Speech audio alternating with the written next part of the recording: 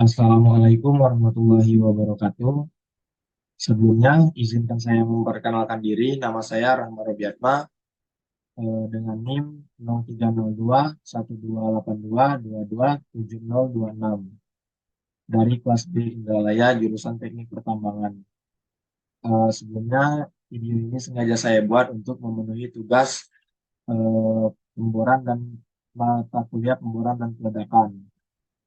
Di sini saya akan menjelaskan tentang petunjuk teknis keselamatan bahan peledak dan peledakan.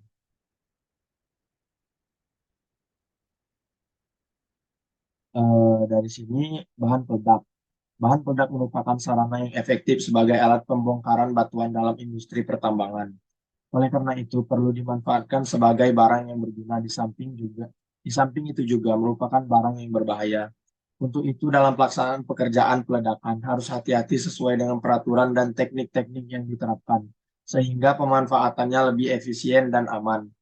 Bahan peledak juga adalah suatu bahan kimia senyawa tunggal atau campuran berbentuk padat, cair, gas, atau campurannya, yang apabila dikenai suatu aksi panas, benturan, gesekan, atau ledakan awal, akan mengalami suatu reaksi kimia eksotermis sangat cepat, yang hasil reaksinya sebagian atau seluruhnya berbentuk gas dan disertai panas dan tekanan yang sangat tinggi secara kimia lebih stabil. Di sini juga ada teknik peledakan.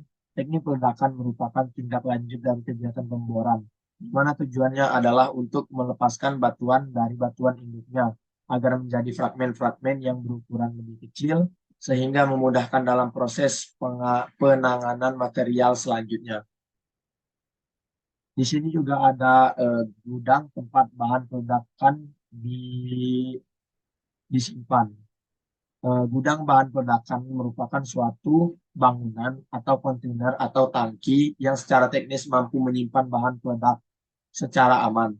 Gudang bahan peledak berdasarkan jenisnya terbagi menjadi gudang sementara, gudang utama, dan gudang transisi. Di sini juga ada beberapa tata cara penyimpanan atau penimbunan bahan peledak.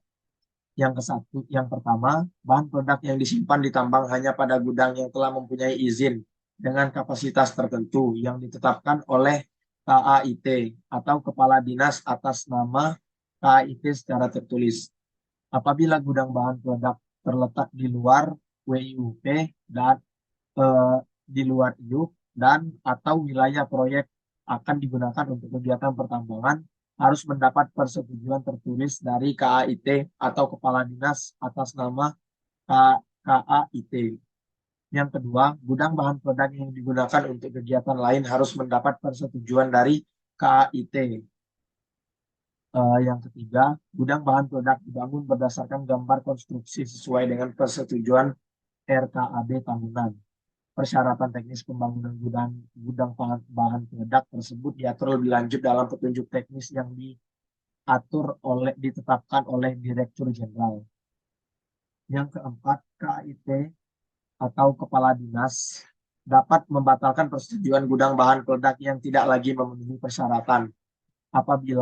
Yang kelima, yang terakhir, apabila kegiatan pertambangan berhenti atau dihentikan untuk waktu lebih dari 3 bulan, maka KTT atau PTL harus melaporkan kepada KAIT dan gudang bahan peledak harus tetap dijaga.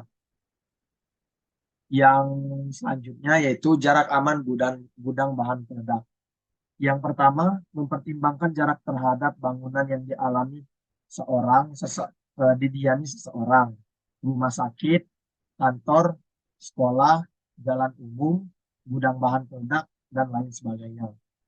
Yang kedua yaitu lokasi gudang bawah tanah garis lurus paling kurang berjarak 100 meter dari sumuran tambang, 25 meter dari tempat kerja, 10 meter dari lubang pengangkutan, serta 50 meter dari lokasi peledakan.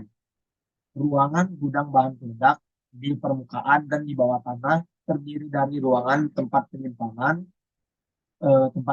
bahan peledak, ruangan tempat penerimaan dan pengeluaran bahan peledak,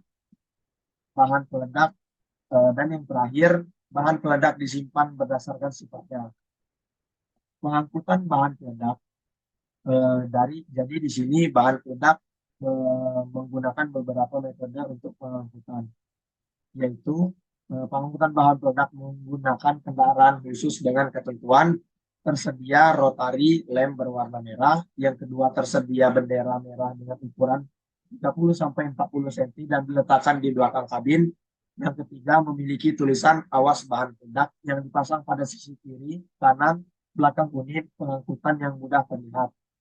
Yang keempat, bak pengangkut bukan merupakan konduktor listrik. Apabila merupakan konduktor listrik, harus dilapisi bahan isolator dan dapat ditutup. Yang kelima, detonator harus ditempatkan dalam wadah khusus yang bukan merupakan konduktor listrik dan terpisah satu sama lain. Yang keenam, unit pengangkutan detonator dan dinamit atau booster mempunyai tempat tertutup untuk menempatkan bahan peledak tersebut secara terpisah yang dilengkapi pintu dan dikunci. Yang ketujuh, tersedia alat pemadam api ringan atau APAR yang siap digunakan dan tanda dilarang merokok.